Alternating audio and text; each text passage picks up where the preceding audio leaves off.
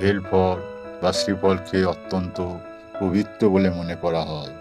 বেলগাছের পাতা বা বিল্বপত্র ছাড়া অসম্পূর্ণ আমাদের পুষ্পাঞ্জলি। সনাতনী পূজা পদ্ধতিতে গুরুত্বপূর্ণ জায়গা অধিকার করে আছে বেলফল এবং বেলপাতা। বেলফল বা শ্রীফলকে অত্যন্ত পবিত্র বলে মনে করা হয়। বেলগাছের পাতা বা বিল্বপত্র ছাড়া অসম্পূর্ণ আমাদের পুষ্পাঞ্জলি। বেলের ত্রিপত্রের সঙ্গে জড়িয়ে আছে কিছু বাস্তু টিপস। সেগুলি পালন না করলে সংসারের পক্ষে অমঙ্গলজনক। তাই চেষ্টা করুন বেলপাতা ব্যবহারের সঙ্গে সেই বিধি পালন করতে, বলছেন বাস্তুবিদ পণ্ডিত রমেশ দ্বিবেদী। পুজোর ফুল ও বেলপাতা সবসময় স্নান করে পরিষ্কার বসন ও নির্মল হাতে তুলবেন।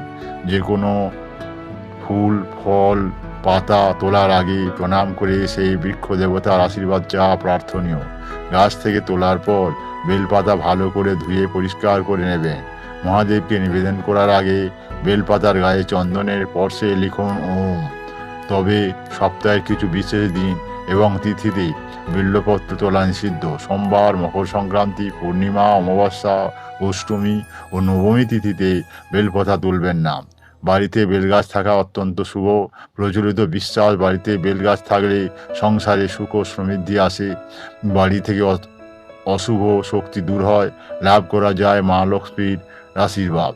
বাড়ির উত্তর পশ্চিম এবং উত্তর দক্ষিণ দিকে বেলগাছ রোপণ করা সংসারের জন্য মঙ্গলজনক। এর প্রভাবে সংসারের অশুভ দ্বন্দ্ব দূর হয়।